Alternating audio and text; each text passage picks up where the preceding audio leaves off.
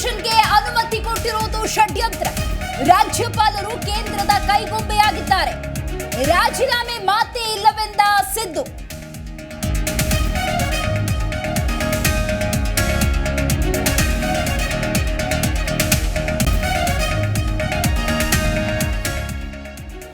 CM ವಿರುದ್ಧದ ತನಿಖೆಗೆ ರಾಜ್ಯಪಾಲರ ಅನುಮತಿ. ಡಿಸಿಎಂ ಡಿಕೆ ನೇತೃತ್ವದಲ್ಲಿ ಸಚಿವ ಸಂಪುಟ ಸಭೆ. ಗವರ್ನರ್ ವಿರುದ್ಧ ಮತ್ತೊಂದು ನಿರ್ಣಯನ.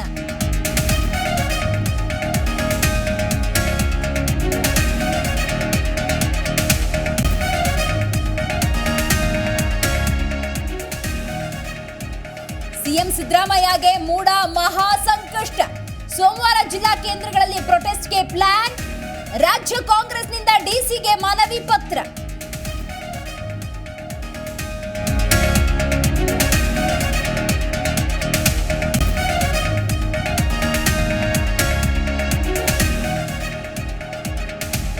ಟಿಬಿ ಡ್ಯಾಂಗೆ ತಾತ್ಕಾಲಿಕ ಗೇಟ್ ಅಳವಡಿಕೆ. 2ನೇ ಸ್ಟಾಪ್ ಲಾಗ್ ಯಶಸ್ವಿಯಾಗಿ ಅಳವಡಿಕೆ. ಜಲಾಶಯದ 12 gate close.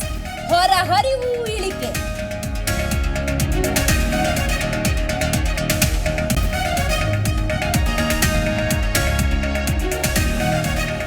Rape and murder ಕೇಸ್ಗೆ ಕೋಲ್ಕತ್ತಾ ಕೋತ.